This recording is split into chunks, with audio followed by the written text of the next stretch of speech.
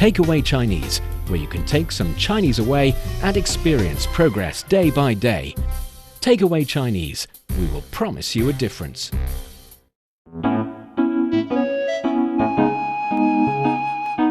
你好，欢迎收听随行汉语 Welcome to Takeaway Chinese. I'm Niuniu Steve with Steve Hatherley in our studio in Beijing. Welcome to the show, and welcome to the show, Steve. Thank you very much, and hello to our audience, too. Yes, very happy that we are able to select different topics from the splendid culture here in China because there are just so many things that we can talk about. And one thing in particular is that I find very interesting because recently I have watched a short video of people talking about studying and taking examination and their generation being very competitive because they are in the culture of growing up, learning things among your peers and winning different kind of competitions and taking tests. I don't know if it's a Chinese thing or an East Asian thing or a human thing. I think it's a human thing. Right? You kind of want to, quote unquote, win in different ways. Yeah. And feel good about yourself. Some people are more competitive than others. I know a major complaint in the West is that now they feel like things have gotten a little bit soft, where they prefer to just give out participation trophies for things as opposed to defining the winners of something. Not in every case, but I've seen some internet posts saying, why have we gotten so soft about this? I was going to ask you a question. Let me just state something and you tell me if I'm wrong. You are an extremely competitive person. I am, but I pick my fight smartly in the sense that I choose the profession I enjoy. I do the things that I do well. And I choose the job or the industry where I know I can grow faster. So I'm only winning because I'm not always winning. But when I'm winning, I'm only winning because I found out what are my strengths, what are my talents. And I think that's the key. That's the reason we have different professions in the society. Yes, we need different professions to build the society together, to make contributions to the world. But at the same time, it also offers us opportunities to, enjoy the feeling of winning. How did you discover your talent?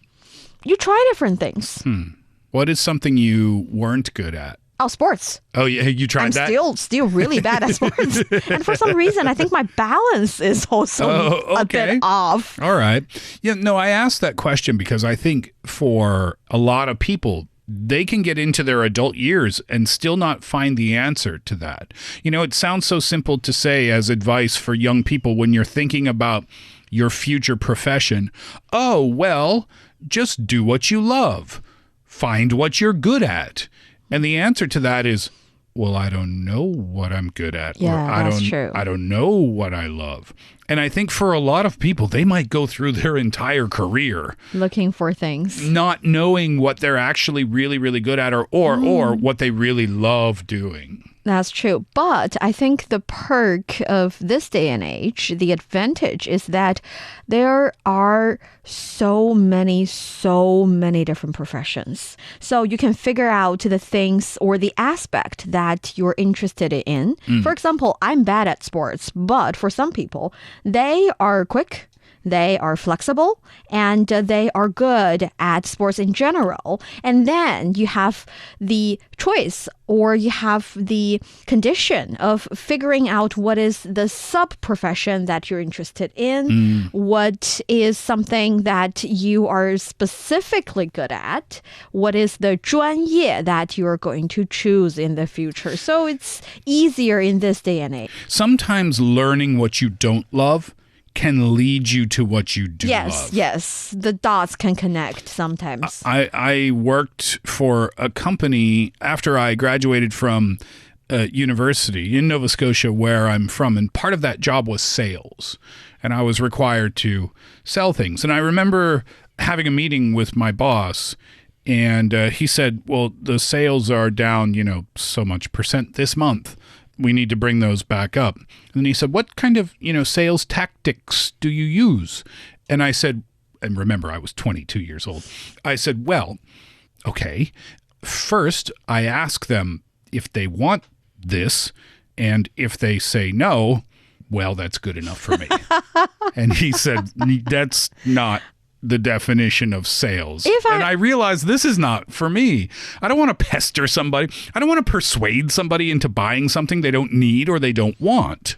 But how did you end up finding something you do want to do and good at? So I left that position and moved to Korea to teach English, and that gave me the taste of performing. Because there's a performative aspect to teaching, right? You're standing in front of a group of people. And then I realized I liked that a little bit. Then I got the opportunity to do broadcasting, and I was still teaching, and I was teaching at a university. And finally, I taught at a university with a group of real professors. And I realized at that time, I love the performing aspect of being a university teacher and interacting with the students. And I feel a reward when they've learned something, but I'm not as good as they are when it comes to the profession of being a full-time well-rounded professor of university level classes. And I realized I think I need to make a change. So I did. I tried broadcasting full-time. And that was a serious gamble for me because there was no guarantee of success or security, but it worked out. It worked out really, really well. And that story shows us that, yes, for everybody, there are things you are good at. There are things that you're better than most people. And there are things that you're really, really, really good at. And that is why in Chinese we say 术业有专攻. 术 is kind of like the way of doing things. Okay. It emphasis on the technical part, the skills. 业 is 行业 is profession or industries, different industries. Okay. 有 is have or there are. 授业有专攻专攻 专 is 专门 specialized or specifically, and 攻 is the effort you put in, kind of like the effort you put in. So together it's talking about for different professions, there are different skills and you can be good at different things, or you can be good at a specific thing. 授业有专攻 Perfect. And that is relatively longer Chinese idiom, can help you remember the shorter one, 专业. 专业 专业 is profession. Ah, Yeah, there are so many different professions nowadays in China, but in ancient days, I wonder about this for quite a long time before I figured out the real situation. That is, in today's China, in today's world, there are so many different professions, and we can talk a little bit about the new professions a bit later. But it's not like this overnight, right? You don't really have 10,000 different professions today, but yesterday you only have 10, like a blacksmith or a bread maker. It's an evolving process. The professions of any particular society at any particular time in history would be reflective of what was happening in society at the time. What are needed. The demands, Yes. the demands and what was necessary. And that is why I'm asking you this question. Do you know anything about China's imperial examination, 科举? 科举 is imperial examination in ancient China. Ancient Chinese imperial examinations. So that would be like the historical civil servants exam? Yes. Of sorts? Of sorts. Well, I assume robots and AI were not a thing. So I'm thinking Good guess. it would be a lot of like scholarly related things, like reciting ancient or older Classics? Yeah, I wouldn't even know what existed before. In ancient China, what did they call history?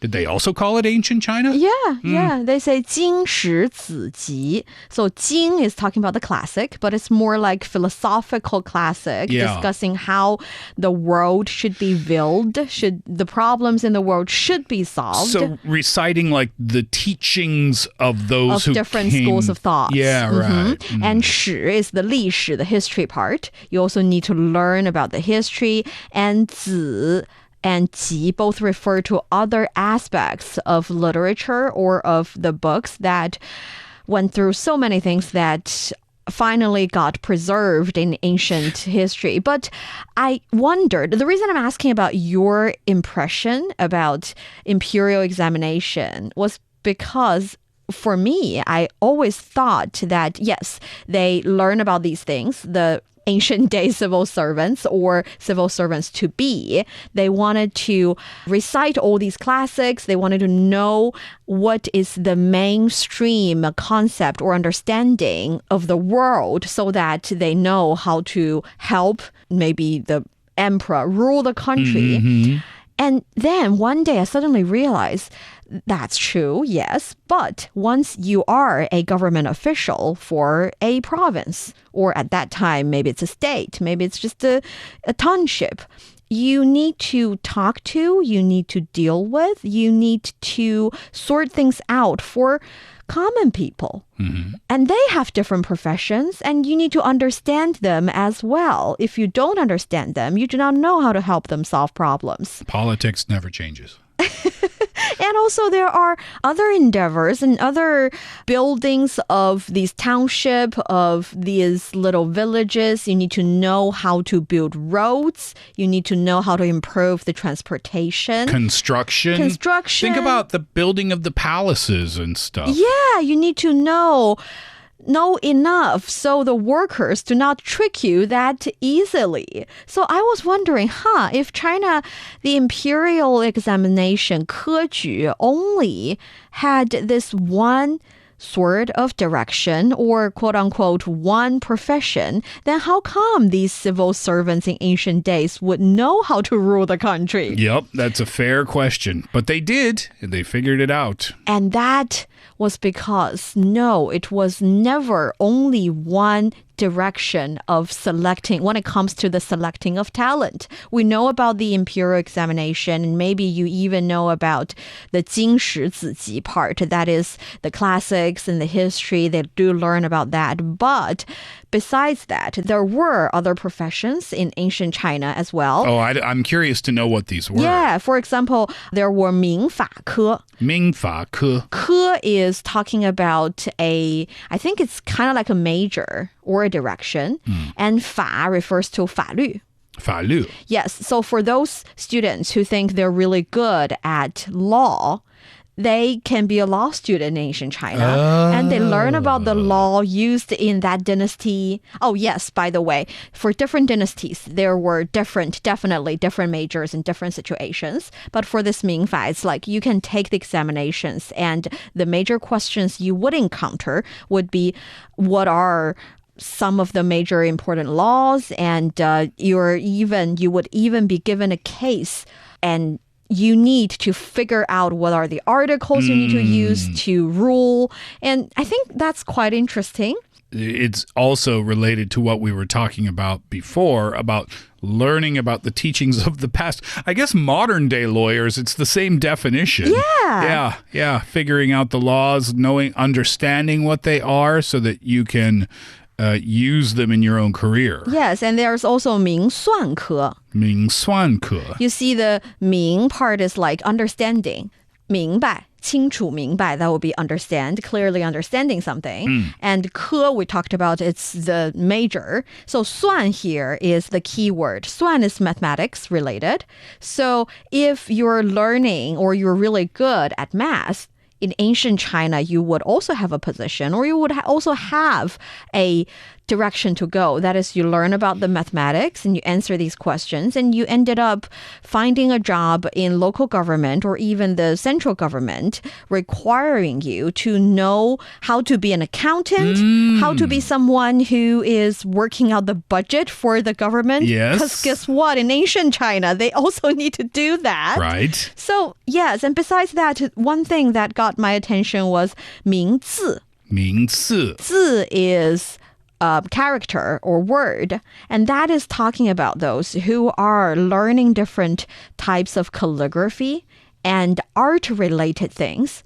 Because for a country, even it's in ancient days, for a country to thrive, you need art, you need culture, you need to be able to preserve the previous treasure and also develop something that's special for your time. Well, sorry to interrupt. I'm thinking that type of job would have been highly respected. As well, yes. In ancient China. Yes, in the government and everywhere. So I figured, it's not that in modern day China, all of a sudden we have all these different professions. It has been like this for a really long time. It's just in these days, we have more professions and they are in a more scientific manner. Yeah. And that, if you think about it, it makes sense because even though technology has advanced, for example, when cars were invented, well, all of a sudden the position of mechanic showed up. But before that and all along the way, we are still human beings living in different societies. So human beings have advanced the tech and the way that we live our lives, but yet we are still human beings at the core, which means a lot of the jobs that were done way back when during the Ming Dynasty and before would still exist today. There are still artists who contribute to different types of projects. There are still accountants that work for the government. There are still civil servants who had taken the civil servant exam to do the types of jobs to represent the people. So we have an expression in English, the more things change, the more they stay the same. Oh, that's a good saying. Yeah, right? Yeah. I think a very major distinction between ancient days, not even ancient China, but also I think ancient world, Europe as well, Greek maybe, was that the education system focused mainly on the kind of professions that require you to read a lot, study a lot. But nowadays, there are vocational professions and there are technique-related and science-related professions more. So that is another distinction. So the thing is, now, when we have a much more comprehensive education system, when we have primary school, middle school, and then all the way to university, things are getting much, much more systematic and easy to follow. So here in China, now we have 3 major categories of majors in universities and 92 professional classes and 883 specific majors. So when we talk about the 13 different categories, we're talking about, for example, psychology, economics, law, education, literature, history, these ones. So if you pick not so many, 3 to 5 different majors you want to learn how to say in Chinese, let me have the opportunity to share that knowledge with you. All right, let's start with my major, English literature. English literature would first fall into literature. So it's 文学. 文学. And of course you have 因为文学. 英语文学. 英语 is English. 语言 is language. 文学 is literature. So 英语 English 语 language 言 literature. Exactly. Okay. 英语语言文学. But the major or the so-called major category would be 文学 literature because you can have 汉语言文学. That's the Chinese literature and or any other ones that you want. Okay. Let's go with a major that might be popular these days. AI. I'm trying to... What are the majors related? I think AI-related major would fall into mainly these 2 categories. Well, let's do this. Artificial intelligence. 人工智能. So 人工 is artificial. Okay. And 智能 is intelligence. 人工智能. 人工智能. And the reason I find this one also interesting is that I feel like 人工智能 falls into the category of 理学 and 工学. So 工学 would be engineering. 理学 is like science major. So 科学理学. So science and technology are always combined, which is why we have a lot of interdisciplinary kind of majors nowadays. Yeah. So you can be someone who's learning about language, but you're also using AI to help you analyze that language or develop that language or finding a way to connect that language with a culture that is from a completely different background and compare those two cultures. So now the interdisciplinary kind of majors are also very, very popular. What about this one? This is for the thinkers. Philosophy. Philosophy would be 哲学. 哲学. Yes. This one is always kind of ideal in the sense that when you're choosing this major, when you choose to be a philosopher, you're hardly thinking about the practical side of being into a profession. Yeah, sure. It's like being a poetry major. Yes, it's almost always because you have a genuine love for it. This is more me. I learned from a young age that I don't really enjoy numbers. And my brain doesn't process them that well. So math was always kind of an unenjoyable struggle for me. I didn't like math class. I didn't like going to math class.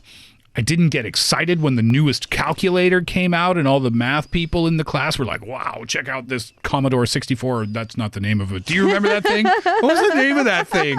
You know what I'm talking about, right? That giant thing. I remember all the kids in the class that were great at math were like, wow, this is amazing. And I was like, I have no idea how to use this. Commodore 64 was a video game, by the way, which tells you a lot.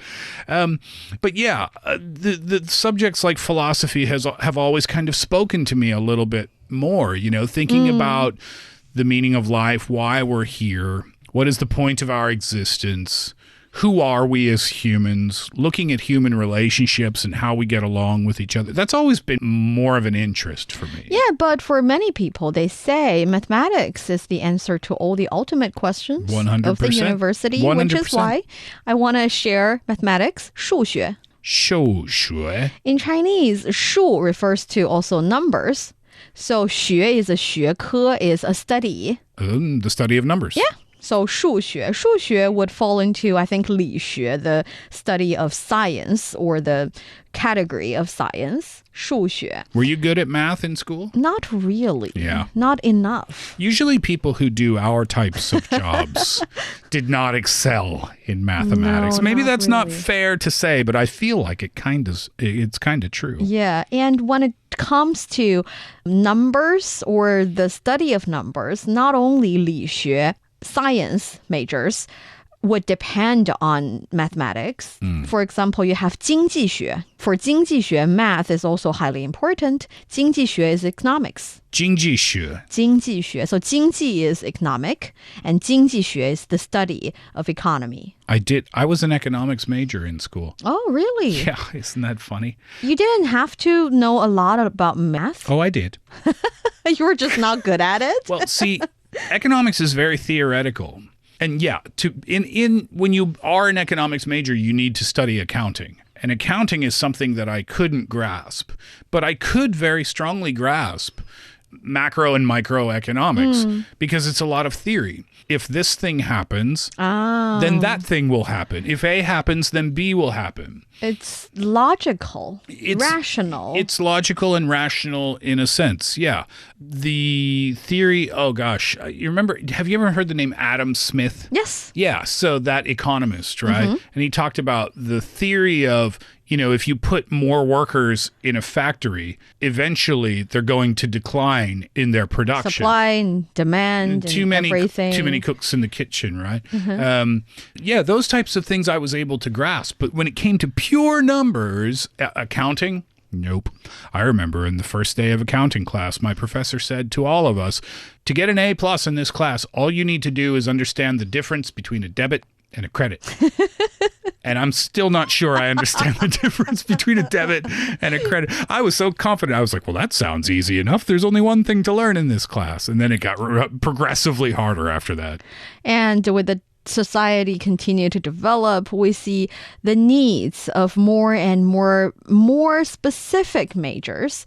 They can be very quote-unquote accurate in the sense that they study a very specific matter and it can be very useful to the society. Yes. And here in China, we also have kind of a really dynamic adjustment when it comes to different majors. For example, you know about China's 5-year plan kind of structure, right? 5年计划. So every 5 years, we would have a plan for the development of the coming 5 years. And that 5-year plan, applies to many different things in society, many different aspects of society, many different industries. Yes, different goals, different projections, and different blueprint.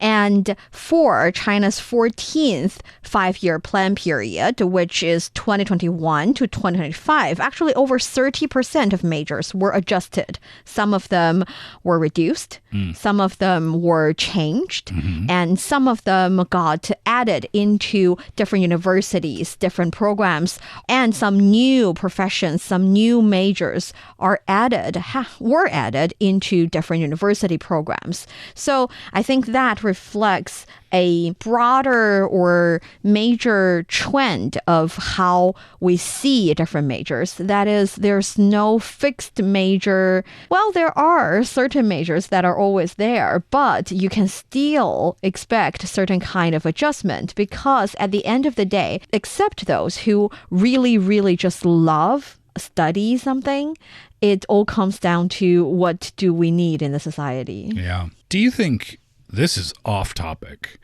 do you think 18 or 19 years old, which is the year that you go to university in China, right? Same Canada, same America. Do you think that's too young? I think it's too young. I think students are tasked with choosing their career path at a stage of life when they're not necessarily ready to choose their career path. But nowadays, that's a philosophical question. I think I understand what you're asking, but my feeling is that you don't really have to figure it out at the moment you're choosing your major. For example, if you're someone who chose embodied intelligence, 具身智能, as your major, you are studying robotics, you are studying engineering, you are studying a bit of AI, you definitely would study a little math. And after graduation, if you do not want to do any of those, you can still try a different major by basically entering an internship position in any company that would accept you. So yes, on one hand, people say choosing your major, choosing your profession is very, very important. But on the other side, a lot of people also, I think it's 40% or something, even higher than that, of people say they're doing currently their profession or their job is not directly related to their profession. That's so common, right? And that is okay. And it's not just okay, it's almost expected. yeah, but one cases. thing in today's world is that we underestimate the kids nowadays. Because for us, when we are choosing our majors, we have a booklet to rely on, getting the information, knowing where those graduates from that major ended up. But for today's young kids, from when they're very, very young, they learn about different majors and different professions on social media. When they're choosing their majors, they have AI to help them. They ask AI these questions and AI would tell them where the major would lead them to. And I think, yes, you still are facing a lot of different choices, but you also have unlimited information that you can access. Yeah. I mean, if you're a young person of high school age listening to this today and you're thinking, I don't know what I'm going to do with my life. Well, neither did I. And neither did the generation that came before us and the generation that came before them. And the generation that will come after you will also feel exactly the same. It's just part of life in that particular time. It's the stage where you're just trying to figure stuff out. Yes. So after listening to today's episode of Takeaway Chinese, I would love to know what is your favorite major so far and what might be the profession that you already know you will end up in, or maybe something you're just genuinely interested about. So let us know the answers in the comment area, and perhaps we can help you figure out how to say those majors in Chinese. That's the least we can do. Exactly. And that brings us to the end of today's Takeaway Chinese. Thank you so much for listening. 感谢收听。听，我们下次再见。 Thanks and see you next time.